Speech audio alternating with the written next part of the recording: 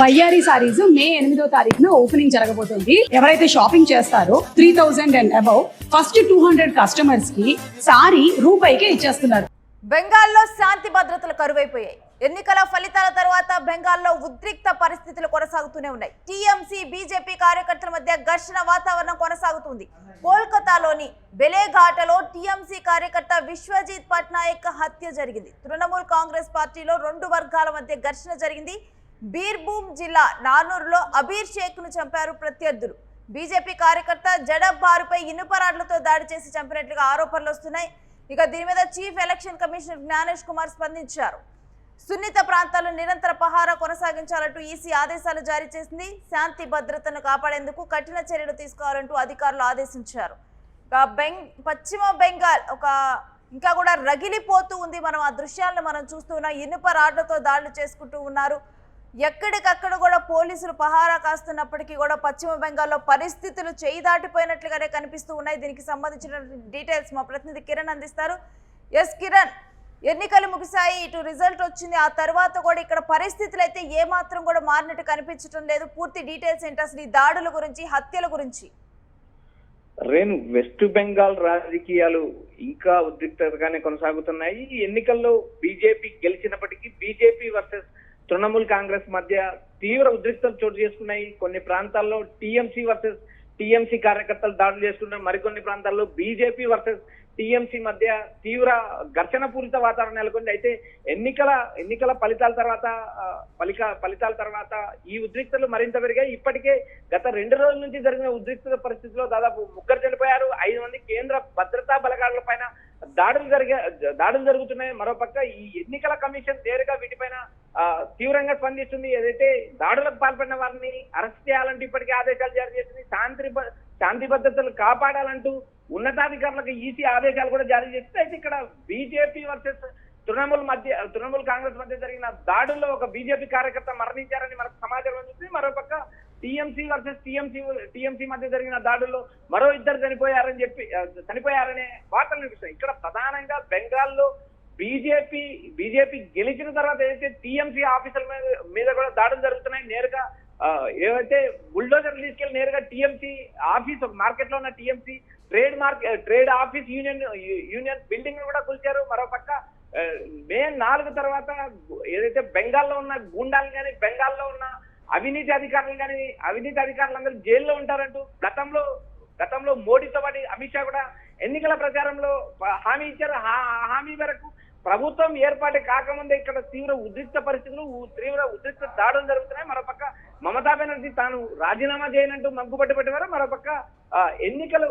మరోపక్క గవర్నర్ అక్కడ ప్రభుత్వం ఏర్పాటు చేయడానికి గవర్నర్ నేరుగా మమతా ప్రభుత్వాన్ని డిజాల్వ్ చేసే పరిస్థితుల్లో ఉన్నారని ఒక సమాచారం వినిపిస్తుంది. ఇక్కడ ప్రస్తుతం ఏఈసీ పాలనలో ఉన్న బెంగాల్లో ఉద్రిక్త పరిస్థితులు, ప్రతిదాడులు, మరోపక్క టీఎంసీ బీజేపీ కార్యకర్తల మధ్య నేరుగా దాడులు జరుగుతున్నాయి. ఈ దాడుల్లో ఇప్పటికే 3 మరణించినట్టు కూడా మనకు సమాచారం వినిపిస్తుంది. మరోపక్క ఈ ఎన్నికల్లో 100 సీట్లు బీజేపీ కొల్లగొట్టింది. బీజేపీ నేరుగా రిగ్గింగ్ చేసింది.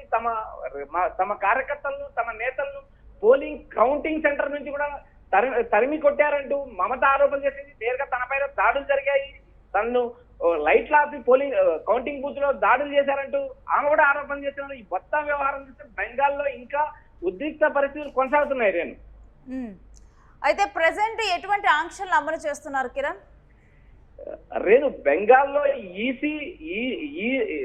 బెంగాల్లో ప్రభుత్వ ఆపద్ధర్మ ముఖ్యమంత్రిగా మమత ఉన్నప్పటికీ కూడా ఈసీ చేతిలో అధికారాలు ఉంటాయి. ఏ అధికారాన్ని నియమించాలన్నా, ఏ అధికారాన్ని తప్పించాలన్నా, మరోపక్క చర్యలు తీసుకోవాలన్నా నేరుగా ఎలక్షన్ కమిషనే స్పందిస్తుంది. ఇప్పటికే జ్ఞానేష్ కుమార్ ఏ ప్రాంతాల్లో దాడులు జరుగుతున్నా అక్కడ కట్టదిట్టమైన భద్రత ఏర్పాటు చేయమని ఆదేశాలు జారీ చేశారు.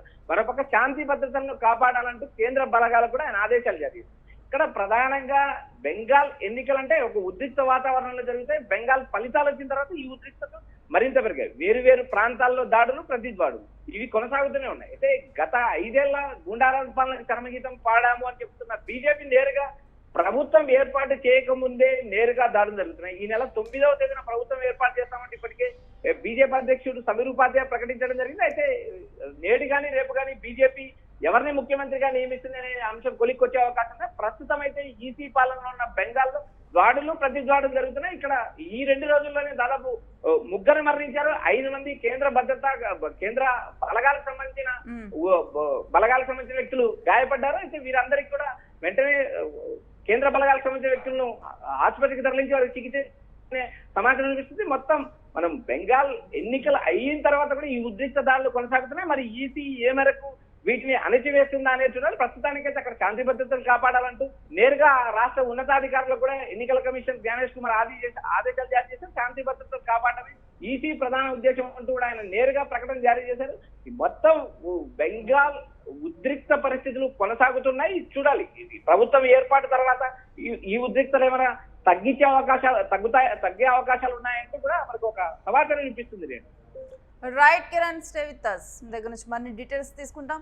ఇక పశ్చిమ బెంగాల్ రగులుతూనే ఉంది. మనం చూస్తూ ఉన్నాం కదా విజువల్స్ లో కూడా దాడులు చేసుకుంటే ఈ దాడుల్లో హత్యలకు గురవుతున్నారు. ఇటు బీజేపీకి సంబంధించినటువంటి వ్యక్తులు కానీ టీఎంసీకి సంబంధించినటువంటి వ్యక్తులు కానీ.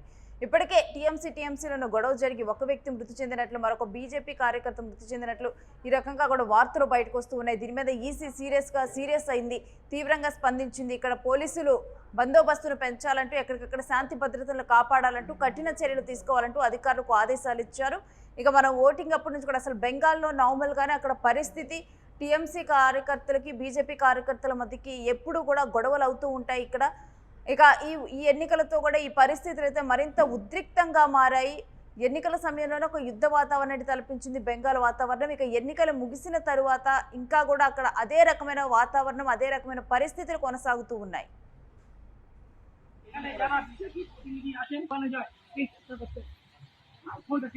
हमने जल दिए थे